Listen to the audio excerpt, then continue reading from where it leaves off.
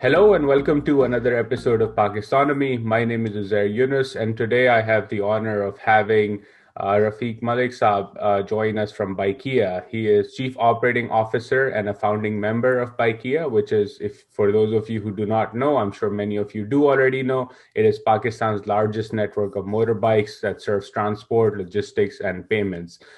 He's graduate from University of Western Ontario in Canada and has deep experience in the trucking and logistics sector before founding Bykea. And so, Rafiq sir, first of all, thank you so much for taking out the time and joining us on Pakistonomy, and congratulations on an excellent 2020 where Bykea raised perhaps the largest, fundraising round in Pakistan. Gee, thank you. Thank you very much for having me. Please don't call me Rafiq Saab. I'm not that old. Don't make me feel that old. I will try to be informal. This is just default by now. Yes, it's been a very 2020 has been a challenging year globally for everyone. And thanks to everybody out there who supported us, and obviously, the divine that sort of helped us out and got us over the hurdle of raising Series B. So yeah, whoever supported us out there, thank you very much. Really appreciate it, and hopefully we can keep building and meeting expectations going forward. So tell me a bit about Bykea and its vision. Like, how did the idea come about, and how did you and the founding team go about launching the startup in Pakistan? Sure. So basically, in 2016, Munib Maya, who's our CEO and founder, basically approached me, and him and I didn't really know each other. We had kind of heard of each other in the sort of professional space, and said, "Look, I have this idea, and I think you'd be a great guy to sort of do it with. So, are you interested?" And I said, "What's the idea?" And he said, "Look, why don't we do a motorcycle taxi app?" Uber and Careem have sort of they had come into the space, and into Pakistan, and they had sort of had started to explain to people how a taxi could be booked, or a private car could be booked as a taxi at the click of a button. So I liked the idea a lot. We studied the concept. It had been done in Indonesia. It was being done in Indonesia at a much larger scale. In Vietnam, there was Gojek, there was Grab. So we went and sort of studied these companies and sort of figured out how they were doing it over there. The idea for the motorcycle really was the supply density, really. When we looked at the market at that time, we realized that in Pakistan, there were 4 million cars in the country at the time. And at this time, I'm talking mid-2016. And there were 16, 17 million motorcycles. Mm-hmm. So, just the sheer supply base was 4x, right? And so we were a little dumbfounded why the companies who were already in the space had not sort of figured this out. And obviously there was that element, whether we're seeing something that's not actually there, right? But then the whole idea was also not to build, because the sheer supply size was so big. The idea was not to make it like a full-time job for somebody to become a Bykea driver. The idea essentially was, and we call our drivers partners. The idea was that anybody with a motorcycle should be able to leverage it. A motorcycle and a smartphone should be able to leverage those two assets and make a little bit of money on the side. And so the whole value proposition from the get-go was not to come and work on Bykea for 8 hours a day and service customers, but was, look, aate jate, when you're on your way to work or when you're on your way back from work, come and work with us. Do 2 rides a day, do 5 rides a day, do 15 rides a day. It's entirely up to you. The flexibility was built into the model from the get-go. So I think that kind of led into us getting that initial success in Pakistan. But yeah, to answer your question, the real idea was to allow the common man to leverage those two assets to try and make an income or a secondary income. And so when you were starting, obviously the supply is there, lots of bikes. You have to onboard partners and, give them some basic training, but you also have to, I'm thinking about why someone like a Careem or Uber wasn't looking at it, because there's also this idea, probably that assumption that people don't want to travel around in bikes and they rather go in a car if they can hail one. So that's an assumption. I'm curious to hear your thoughts on when you were beginning to sort of, let's say, bring on your first 1,000 partners and get to your first 1,000, 5,000 customers or rides. What was that experience like? Like, what were some of the lessons learned from that initial journey that sort of, tested some of your assumptions or reinforced some of your assumptions as you were trying to scale up?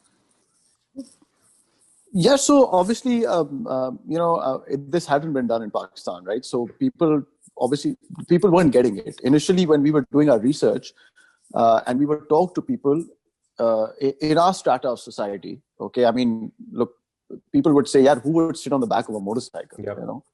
Matlab, it doesn't make any sense. Yes, I'm sure people will use your service for deliveries, but that's a certain strata of society, right? They can afford to pay like 100 rupees or 150 rupees and hire a guy on a motorbike to go pick something up and deliver something. It's the same strata of society that orders food online in Pakistan today, right? They don't mind paying the extra 150 rupees, which is $1, by the way, convenience fee, right?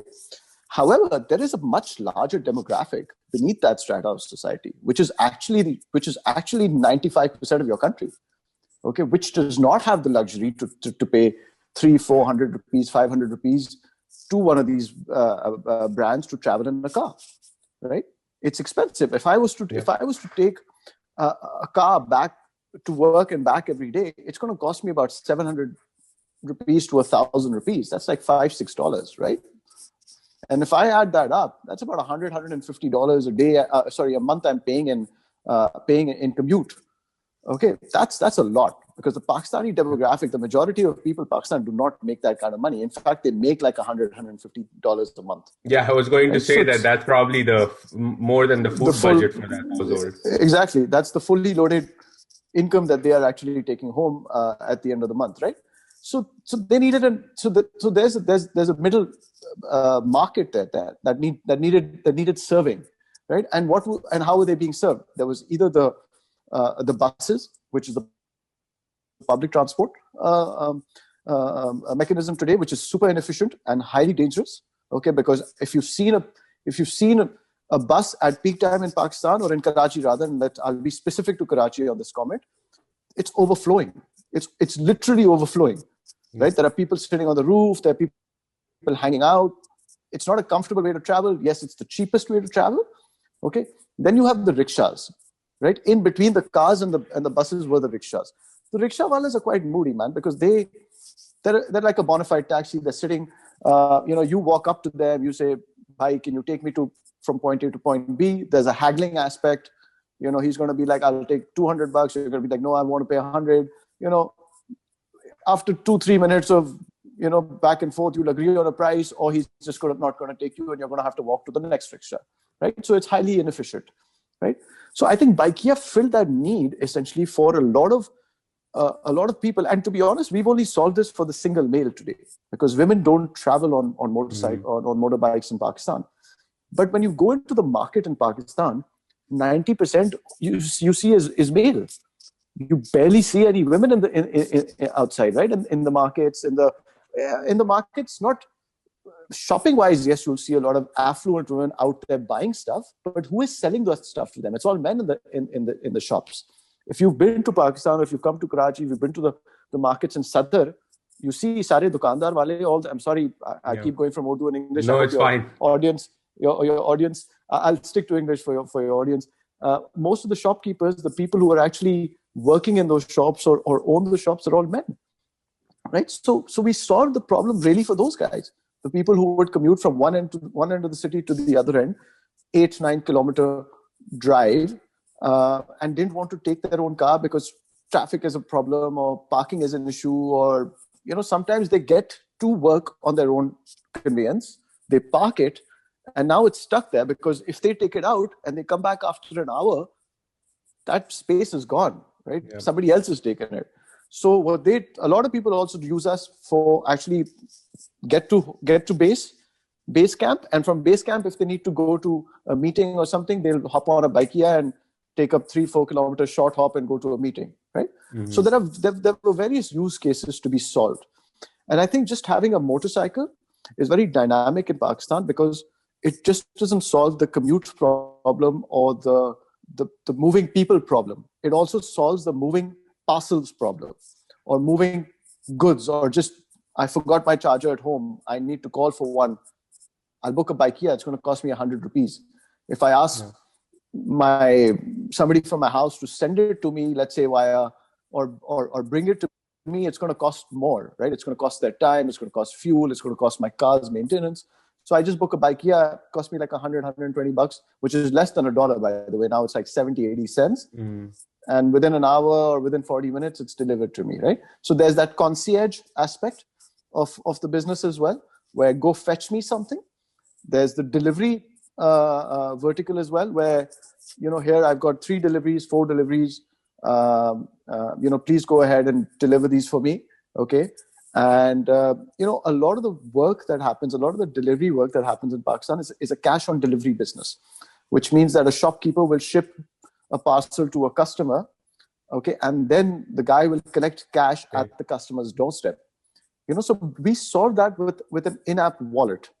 And that in-app wallet basically allowed the shipper to realize his money digitally in real time, right? So our driver would pick up so just to give you an example, I come to you, I'm the driver, I pick up goods from you, I go deliver them to your customer, I collect cash from your customer on your behalf, okay? But that cash gets digitally deposited into your Bykea account immediately. Now, what that means is that if you want to withdraw that money, you can withdraw it basically from the Bykea wallet, which is maybe linked to your bank account, and that's really a real-time transaction today. Like, for all intents and purposes, it's a real-time transaction or near-time transaction. There's about a 2-3 hour delay because there are some fraud checks that our system runs in the back, and just to ensure that nobody is trying to game the system, right? So what that does is that it allows vendors to excuse me, it allows vendors to actually realize their sale on the same day, versus conventional logistics, which is actually holding some of this money, right, for a 3, 4, 5, 7 day period. So if you were to give it to one of the courier or express players in Pakistan, they would pick up a parcel today, they would deliver it tomorrow, they would realize the cash, and then they would give you a once a week deposit into your bank account. So we also solved that need, right? So that part of the business also really took off, because smaller vendors who were in need of working capital immediately started switching to Bykea.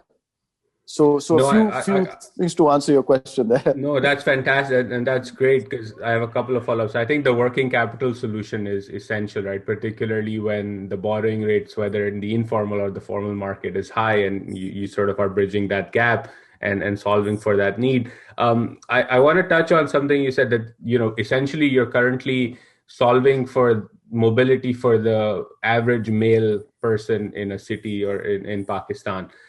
Is there a plan to, expand that, and how do you intend to solve the similar problem for females? Because I was thinking about your example, like Sadr, that's not the shopper who goes there. The female shopper is not an affluent. She's either a middle class woman who's coming in either in a rickshaw, or having her husband or brother or son drop her off and then pick her up, etc., or they just hang out there. They need transportation too, and they need safe transportation, and you need mobility of women in any economy for it to grow and thrive. So is there a plan in Bykea on how to solve for that using the motorbike, or you're still thinking about it? Yeah, absolutely. So you're absolutely right, but I'll make one correction, that women generally travel in packs in Pakistan, right? If my mom wants to go shopping, she's probably going to take her sister or my sister or our neighbor or some friend, okay, and they're going to make a day out of it. They're going to book a rickshaw, for example, okay, 3 of them are going to get into one, and they're going to go to one market, and they're going to stroll around and pick up things, and then they might go to another market, they might have tea, and they might come back, because they're generally housewives, right? The previous generation at least has been that way. Things are obviously moving towards a change, and more women are now part and parcel of the workforce, which is a super, super positive for this country. Okay. And Now we do have to think of their mobility issues, right? Now we have to think about how to solve for their mobility issues. So one of the initiatives we actually took very recently is this local organization. It's a non-profit called Women on Wheels, and Women on Wheels has taken this initiative where they actually get women to come out and learn how to ride a motorcycle. Okay, and then once they've taught them, they get them to the license bureau and get them licensed, fully licensed, right? So we have done a small partnership with them where we have suggested that, if you can bring in 15, 20, 30 females in a month to us, what we can do, if they don't have a motorcycle already, what we can do is we can lease a motorcycle for them from our own platform in our own pockets. Okay, and we will give them jobs on Bykea to pay the lease off. And once they pay the lease off, that's their asset. Eventually, they can own the asset. They can go away. If they want to leave the platform and go do something else, that's entirely up to them. But we would just like them to sort of be around for the 4, 5, 6 months, because you have to realize a motorcycle is not an expensive asset in Pakistan. Okay, so it's only about $300, $350, right? So you could essentially, like a good rider on Bykea today makes about $7, $8 a day, right? $10 a day, even if he really hustles. So, let's say females come on board, they do $5, $6, $7 a day, right? And even if they save some of that money, right, they could pay that asset off literally in 6, 7, 8 months. They could pay that off, right? They could try and own that asset, right? So we are trying to build female supply, okay, to encourage them to first come onto our platform. In the initial stage, we would not give them taxi jobs. Okay, the idea is to give them delivery jobs, so they don't have to because look, most of our taxi market or demand is male. It's going to be male, yeah, it's 99% male, like males who use it, right? In fact, probably more than 99%. I would say 99.5% is male, right? There are some female users who use it, but very few and far between, right? So ideally, you solve it. At least this is how we've thought of it, and I don't know if this is the right way, or time will tell. But we'll solve it by hopefully bringing them on the platform, by getting them comfortable with the app and to be able to ride a motorcycle during various hours of the day, pick up parcels from people, do the concierge service orders, where somebody would like, go fetch me a Coke and a packet of chips, and get them to do that so they get comfortable. Once they get comfortable and they start seeing the $5, $6, $10 a day income, right? Then they get a little bit more, either they get hungry and they get more aggressive and they're like, okay, you know what, now we're ready to take on the taxi jobs. And that's when we plug them into the taxi requests, but only from female users. Yeah. So this is something, so we've solved the first leg of it. So we've only solved the delivery and the concierge leg of it today. We have not solved the taxi leg of it. Inshallah, we will, hopefully this year. However, I do have to make one call out. Okay, I've been really making an effort to try to get women to come and join the platform as facilitators, as partners, and it's super tough to do that. I mean, they say yes, they don't show up, they're not serious about it, right? And they're not serious about it. Why? Because our culture is such. Because historically, it's the father and the brother that are generally breadwinners. The sisters go get married and then they're taken care of, or they take care of the house, right? So the wiring is still that, right? So it's been a little bit challenging. Out of 300 women that I hope will come into our platform, 30 have come in, right? Like, the numbers have not been that impressive, but I think this is an uphill battle and we have to keep at it to get that cultural change, and for people to, look, people in their community and their neighborhoods will also have to accept this, right? So I think that's also it's a taboo issue, right? I think it takes time. So I think companies like us will just have to keep making the effort to try and make this happen, and hope that we try and make some change at some level and try and benefit a few people along the way. No, that's an uphill task because I remember talking to Mevish Arfin, who was at Ghar last year. We had her on the podcast, and she was talking about a similar, headwind that she would encounter, even though the job was going in to people's homes and doing makeup and providing beauty services to women. But even there, getting female supply on board was very, very difficult because there would be pressure from the mother-in-law, and if you cross the mother-in-law, then it's the husband. If you cross the husband, then Yeah, it's the husband's yeah, brother or your son or your father.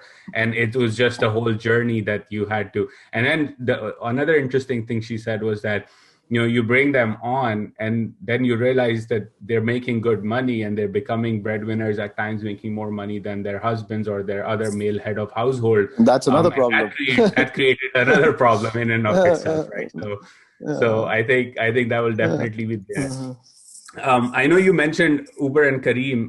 I wanted to ask you about who you see as your competition. And sort of the interesting thing was, I was reading a quote from Reed Hastings from Netflix the other day, and he made an interesting point where he argued that, yes, of course, the HBO Maxes of the world and the Disney Pluses of the world are their competition, direct competition. But he said the biggest competition that they have and they feel they have is sleep itself, because when a Netflix viewer stops watching Netflix, they turn off their TV or their tablet, they go mm. to bed, right? So I was just curious about how do you think about your competition in Pakistan, both in the narrow segment, but also broadly speaking as well. Yeah, that's a good question. To be honest, we don't consider either of these ride-hailing companies as our direct competition. I think we are playing to a strata of society which is very different. We were the pioneers in the bike taxi business. These guys followed suit. There were times in the middle where they had, I mean, they're big companies, right? Uber was the most well-funded startup in the world. Careem was the most well-funded startup in the region. So, there were times in the middle there where we had zero funding. It had dried up. Uh, they were trying to kill us. When we didn't die, they were trying to buy us.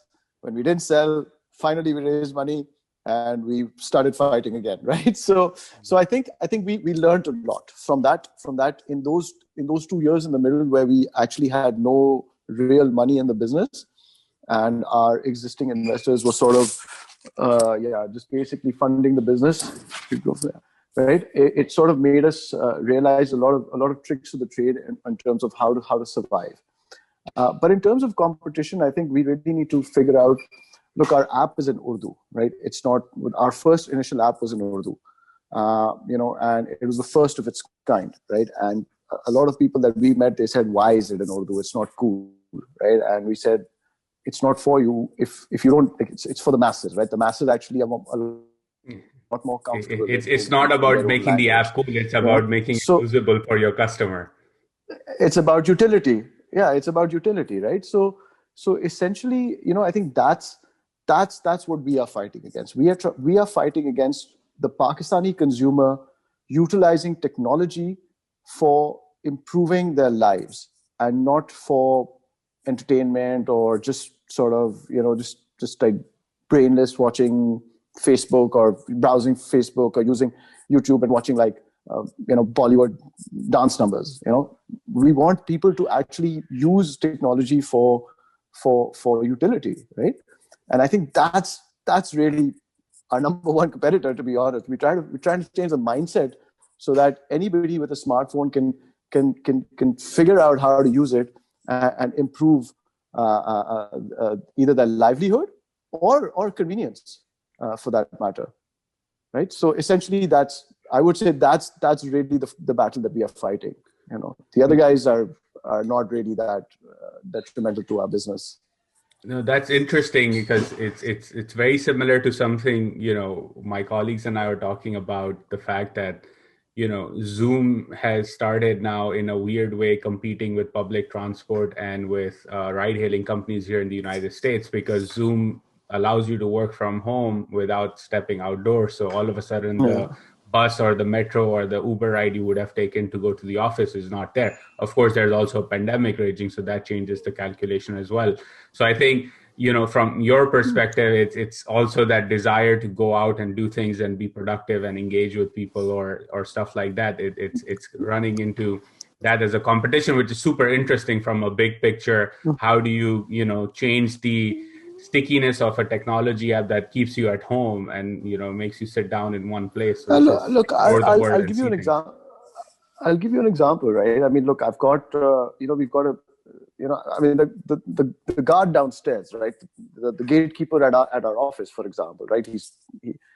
He has a smartphone, right? And I mean, I asked him. I said, I see him. I walk into work. I see him on watching YouTube, right? And on the way out, I see him. He's doing the same thing, right? He's just watching YouTube all day, right? Yeah. And I'm like, is this, what do you know about this phone? It's like a Samsung, like a $50 Samsung phone or something, right? I don't know. And he's like, he didn't know he didn't know what else that phone could do for him, right? He just knew the entertainment value of it. Either he was chatting on WhatsApp with his friends, and he can't even type, right? So he was using the voice note feature back and forth, right? And he was talking to somebody in his village or something along those lines, or he was just using it for entertainment, right?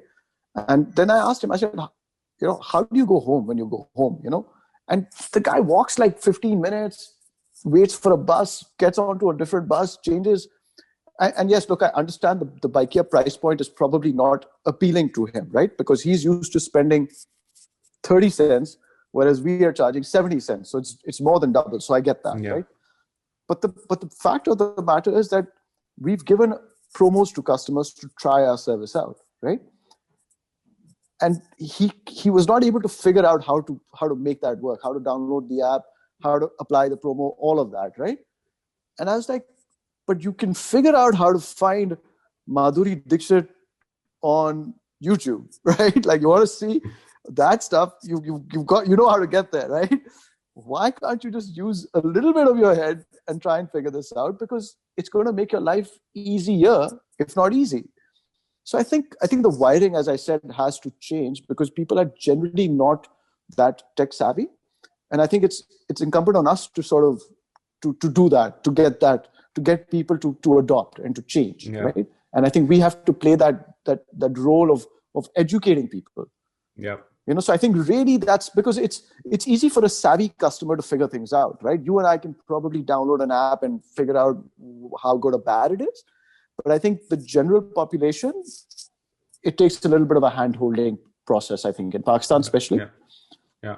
And I think you have to reduce friction. And I was going to say, perhaps your marketing team should, run Bykea Urdu ads on YouTube targeting Madhuri Dixit viewers in urban centers. And maybe that might be the way, a 30-second app on how to download and use Bykea.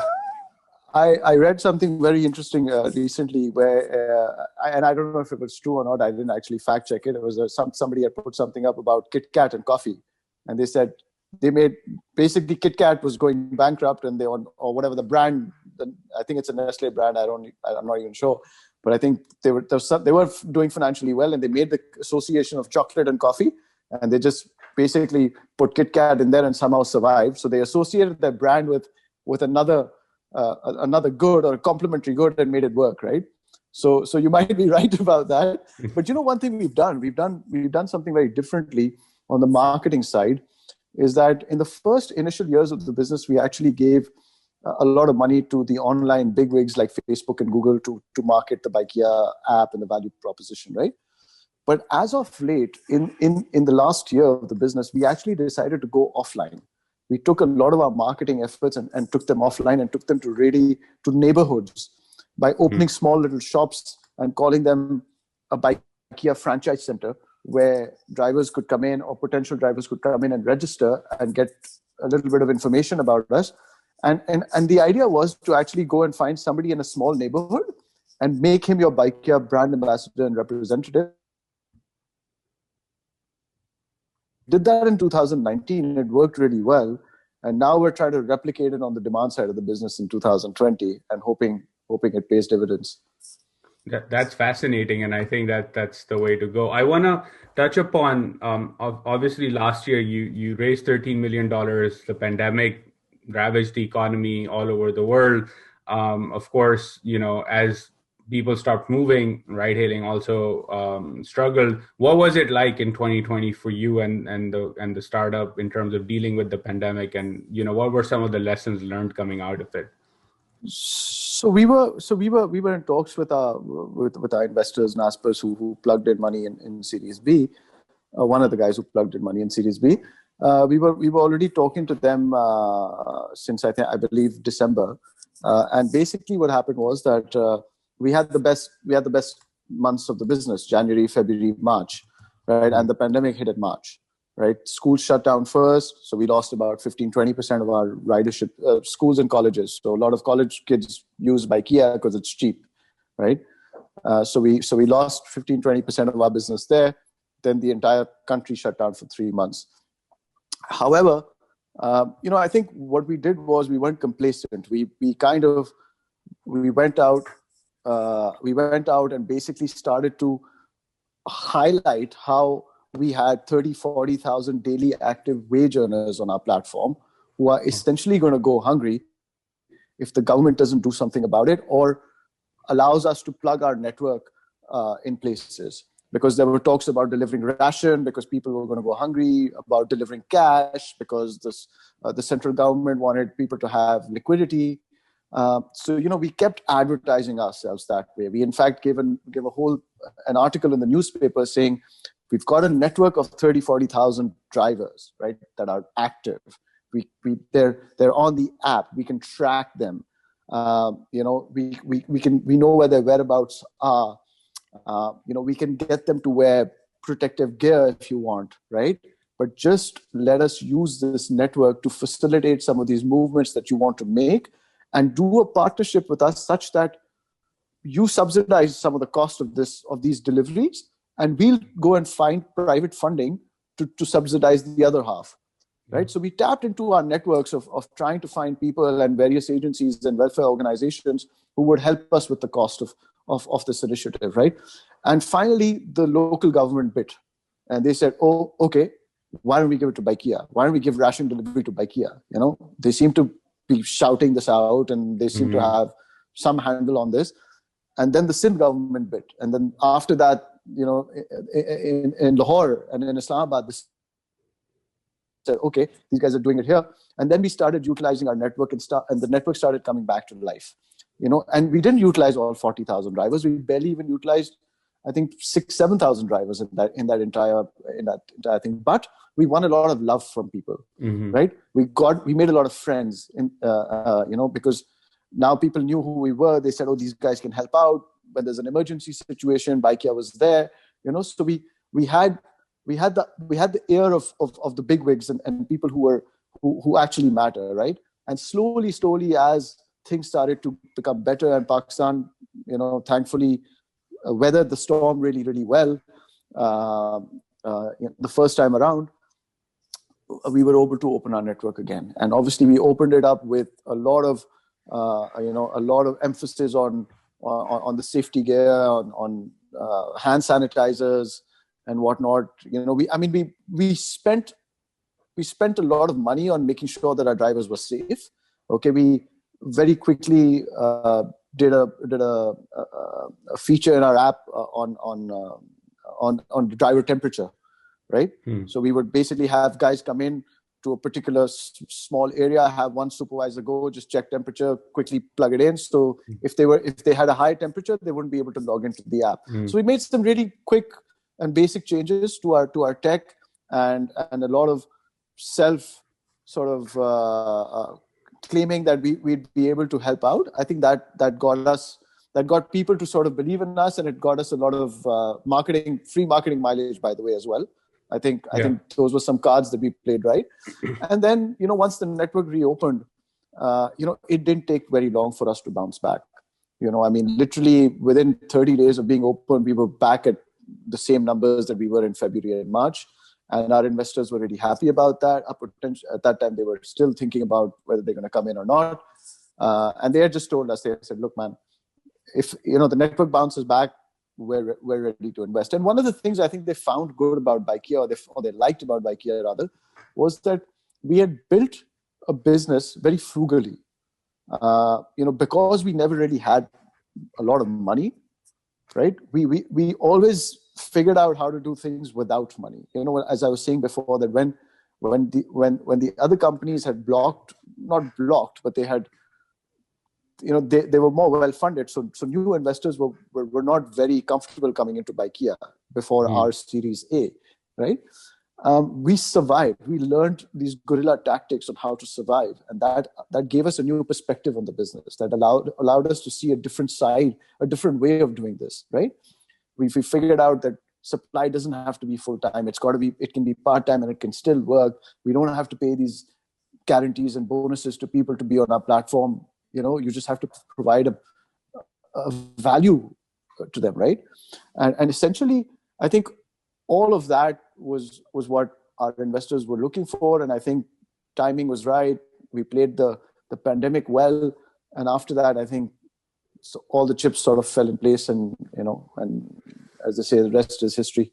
Yeah, no, that's fantastic, and I, particularly using your footprint and ecosystem to provide support and help and rations in need. I think that's fantastic. That's our asset, right? That's our asset. Yeah. The asset that we built is the network of drivers. Today in Karachi, if you press a button, within 3 minutes, there's a guy out there waiting to serve you, essentially, right? Yeah. And now whether you want to go from here to there, or you want to send something, or you want to call for something. So just that particular network is very valuable, I think, to us at least. That's what we've built. No, and it's an asset for the country as you scale up, because there's lots that the country can do with that as well. I want to touch upon something you mentioned, that running a frugal business, right? And that's sort of my philosophical question that I wanted to get your take on. Is that when you look at a Lyft or an Uber or just big ride-hailing companies, one of the critiques essentially is that this is basically VC subsidized ride-hailing, which the prices are low because you are pumping money into a market to gain market share. And the moment that subsidy goes away, the prices will rise. And there's really nothing more different in terms of the financial sustainability of this operation. What's your take on that? Of course, you've talked about this in the sense that the big wigs trying to come in and shut you down and outcompete you by basically doing exactly this. Outspending you. So what are your views on sustainability of this model, whether it's Bykea or ride hailing in general? Yeah, so here's the thing, right? By design, Bykea is only a network of motorcycles, right? And again, I'll come back to the unit economics of this, right? Look, a car in any country, okay, is going to cost you north of $10,000, right? Same in Pakistan, okay? In fact, it's probably more expensive in Pakistan to buy a car, okay? So, but in San Francisco, okay, on that car, I can charge a $13, $15, $20 fare, right? So the economics are in sync, right? Because if I'm going to do 10 rides a day, I'll make $200. I'll make $5,000 in revenue in a month, or $4,000 or something. And obviously I'm going to take out my expenses and whatnot, but I can still amortize that asset with $1,000 a month over the next 10, 15, 20 months, right? And I can amortize that asset over 2 years, right? In Pakistan, the economics are out of whack. A car is going to cost you $10,000, okay? But you can't charge $20 revenue or fare. You can charge $4, right? Because we don't have the propensity to pay $20, okay? Nobody's going to use that service, right? In fact, we don't even have the propensity to pay $4 per ride. Even then it's discounted there for us. So the unit economics are out of whack. So now, if a guy is going to buy a car in Pakistan, it's going to take him like 6, 8 years, 10 years to pay that asset off, right? What Bykea, because a motorcycle is only $300, right, or $350, a brand new motorcycle in Pakistan is $300, right? And you can earn $10 on Bykea a day. We've essentially taken the cost of the asset out of that model entirely, right? It's a $300 asset. I mean, it's not a lot of money, right? And you can make that money literally on Bykea in 4 months or 3 months, right? So the pricing actually is correct for the country's propensity to dish out money for a service, right? So the unit economics are favorable. Bykea is actually not a cash flow negative business. Bykea is a cash flow negative business when you take into account our marketing money that we are spending to expand this business and grow the business. It's the customer acquisition that's costly. We don't burn money at a gross profit level as such, right? We actually collect 15% of what our drivers make today. So if a driver was to make 1,000 rupees today on Bykea, he would pay 150 first to Bykea and then buy himself the opportunity of earning 1,000 rupees off of Bykea. That's how the business is structured. It's a prepay model, number one. Got it. It's not a buy and pay later model, right? Which is usually the case with a lot of these other companies in the region, because it's all cash. It's not digital currency, right? So essentially, number one, our model is pay Bykea first, pay the commission, like do a top up in the Bykea wallet, and then utilize it, right? And that utilization is essentially us getting paid our commission. Number one. Number two, the unit economics are favorable on that asset, right? As I said, it's a $300 asset. Doesn't cost a lot of money, and that's why there's 5x or 6x the number of motorcycles in this country as there are cars, right? So at a unit economic level, our economics are actually very, very good, right? What we need to do is we need to grow this business to a point where we're doing like 5 million daily net transactions a day, right? To make it like $1 billion business, basically. Yeah. Essentially, that's how we're looking at it, right? So we are using all this VC money to grow, to fuel growth, but not unsustainable growth, because it's not that we are offering discounts to customers. We are only offering discounts to customers on the first booking because we want him to try it at a discount. Mm-hmm. We want him to feel it. If he likes the feel of it, he's going to come back for it. Yeah. I'm not going to discount the next 5, 6, 7 transactions. I'm going to discount maybe the first 1, 2, 3 transactions to try and get him to get used to it. So that's the strategy, right? So the discounts are very limited, okay? And essentially the money is now being used to build the brand and really acquiring quality and sticky customers. Got it. That's very helpful. And so that sort of goes into my next question, which is, obviously as you expand, Pakistan from a societal or public policy priority perspective is also trying to do certain things, right? You mentioned transactions on cash. RAS just got launched. That hopefully in the next few months and years will catalyze digital payments and digitization of payments. The government is talking up electronic vehicles, and electric bikes are sort of the new thing in places like China, even in places like Bangladesh increasingly, and in India.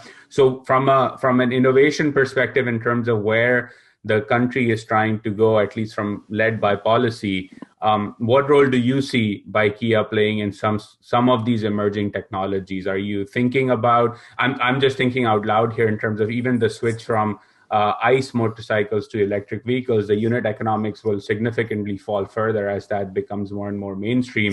So what are your thinking in terms of operations and in terms of new tech that's coming into the country?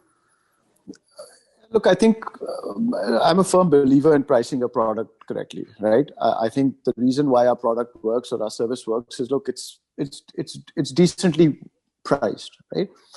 I've seen over the last 4 years, I've been approached by 4 or 5 different EV manufacturers or people who have imported electrical bikes and whatnot. Number one, the infrastructure is not there in this country. Electricity is more expensive than we use petrol in this country, like oil, to make electricity, right? So that essentially raw material petrol is cheaper than a unit of a kilowatt of electricity in this country, number one, right? So that entire ecosystem has to change, right? Or the government has to provide favorable pricing on that, or solar to charging points, or whatever, to charging points, right? Number one. Number two, the cost of the asset is 3x. Right. So as you rightfully pointed out, that our unit economics totally go out of the window. Right. If I'm buying 150,000 rupee, a $1,000 motorcycle versus a $300 motorcycle, okay, now all of a sudden my payback on that asset is a year and a half, right? And I don't know if I'm going to be a motorcycle Bykea driver for a year and a half. Maybe I will be, maybe I won't. Right. It's too long a horizon for me all of a sudden. So now that entire decision making for me, as a driver who wants to either buy a electric vehicle or a regular a conventional vehicle changes, right? And I'm not going to adopt the electrical vehicle because the hurdle rate is too high. It's 3x the price, right? I'm a common man. I make like 15,000, 30,000 rupees a month. I'm not going to go and buy an asset that's 5-6x my monthly salary. I'm barely hand to mouth over here. But I will go and buy. I will go put a down payment, 10,000 rupee down payment or a 20,000 rupee down payment on a motorcycle, and hopefully pay it off in 3-4 months, right? Number two. Number three, what is the support system? What happens when that bike goes bust, right?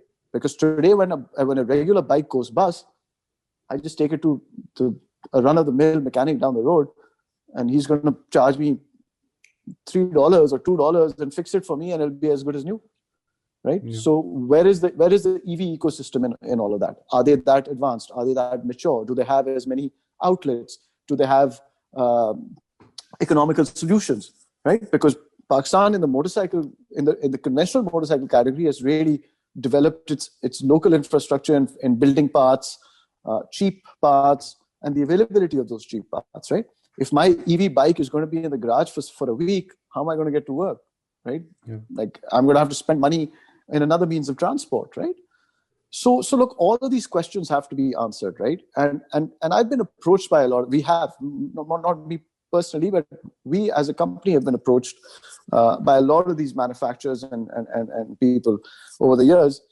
I just keep telling all of them, you got the pricing all wrong, right? I mean, if you're trying to bring something into this country, either you're going to bring something in for the elite who don't have, there is no hurdle. They're willing to buy like a $100,000 car even, if they want to buy it, right? But for the common man who's on a motorcycle, yeah, every rupee, every dollar counts, right? Yeah.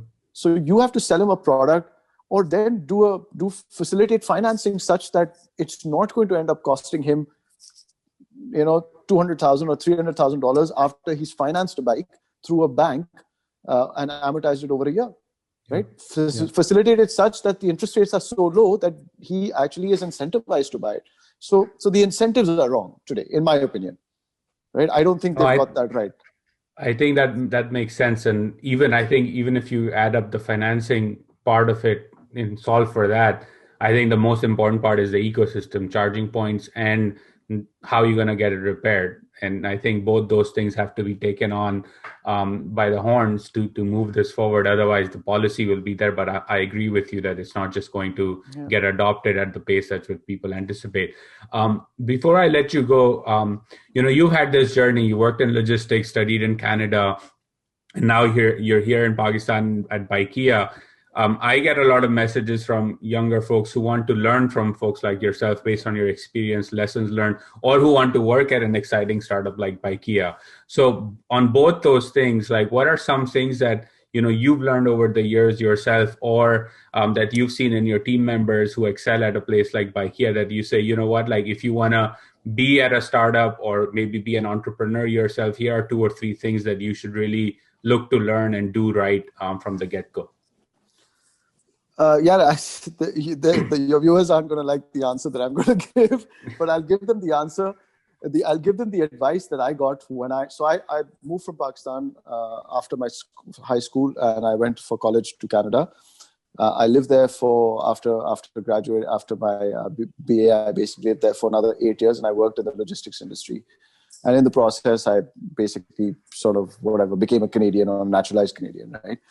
But the idea was to always come back to Pakistan and start a business, right? And when I came back to Pakistan, and in this process, my parents had moved to Canada and done their Canadian immigration and had also moved back, right? So when I moved back to Pakistan, the first thing what my dad told me, he said, look, I can appreciate that you've worked in Canada for 8 years and you've climbed, the corporate ladder a little bit over there.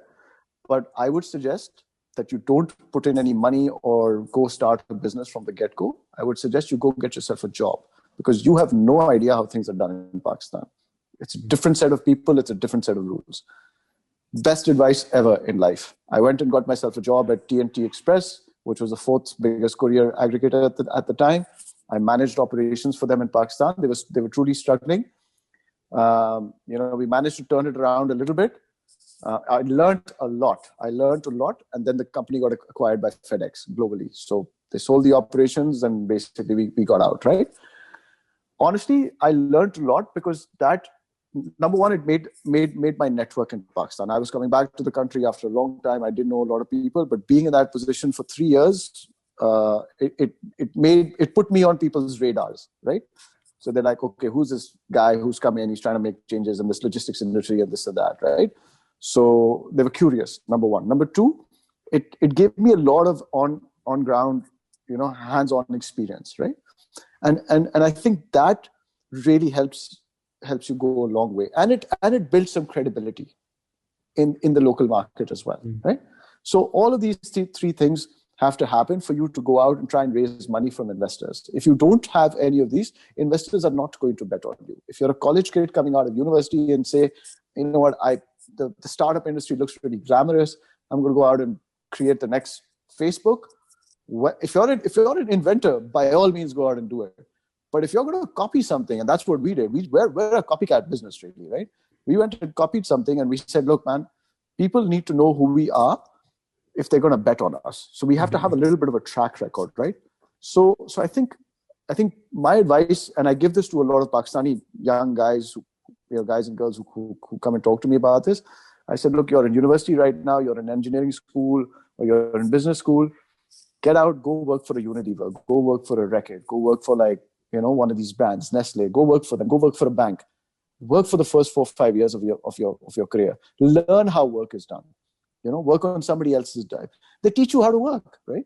I didn't know how to work when I was in college. I had no idea, right? When I got into the working world, that's when I learned.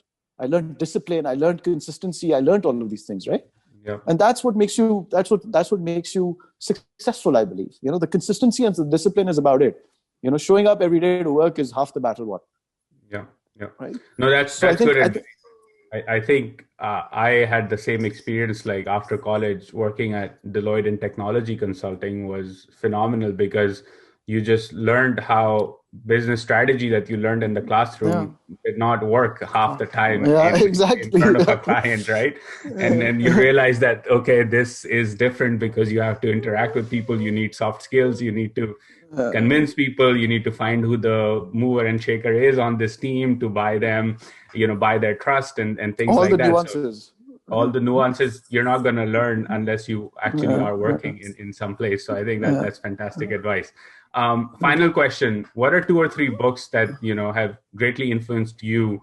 Can be on any topic that you would recommend folks. I read a lot of fiction. So one of the best books I read actually was in university, called 100 Years of Solitude by Gabriel Garcia Marquez. And another really good book I remember, Ascent of Money, which is more non-fictional. So I would put those 2. I don't really have favorite books as such because I generally try and read a lot of stuff, like a lot of garbage stuff as well, but a lot of good stuff also in the process. But yeah, I mean, if I was to remember two memorable ones, those would top the list. Yeah. Are you a fan of fantasy fiction, like Game of Thrones type stuff, or no? And I'm not. I'm in the crime, the Brit crime sort of genre. So the Robert Galbraith books, Lethal White, and all of these. Those are my passion reading, basically. Got it. So that makes sense. I'm in that sort of the Sherlock Holmes category guy. Yeah, you're in the Sherlock Holmes camp. My favorites are like historical or fantasy fiction and then spy drama. So John le Carre has been my favorite. Okay, yeah. That's fun. Yeah. So thank you so much for taking out the time. This was wonderful. Thank you for having me. Wish you and the folks at Bykea all the best. It's a great success story, and I hope you guys continue to grow and own the market. So wishing you all the best. Stay safe. Let's hope so. Thank you so much for having me. Real pleasure talking to you. Thank you.